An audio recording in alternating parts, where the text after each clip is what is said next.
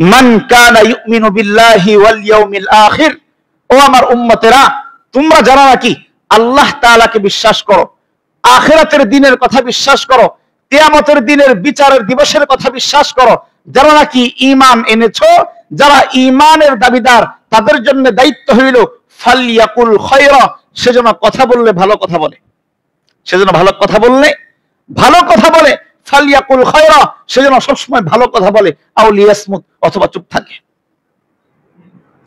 বললে ভালো না হয় চুপ, কথা বলার সুযোগ নেই, বললে ভালো কথা বলো, অন্যথায় চুপ থাকো। আমরা তো সারাক্ষণ কথা বলতেই থাকি, সারাক্ষণ কথা বলতেই থাকি।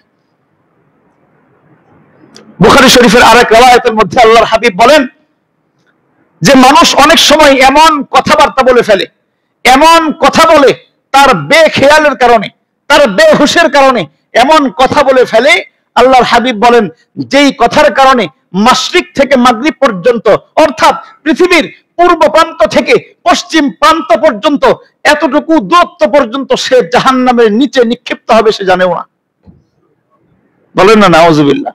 আমরা জানিও না কি কথা বলতেছি, অথচ নবীজি বলতেছেন তার বেখেয়ালের কথার কারণে পৃথিবীর পূর্ব প্রান্ত থেকে পশ্চিম প্রান্ত এত দূরত্ব পর্যন্ত সে জাহান্নামের গভীরে তাকে নিক্ষেপ করা হবে, শুধু এই কথা বলার কারণে। এটা আমার কথা না, এটা সহিহ বুখারীর কথা।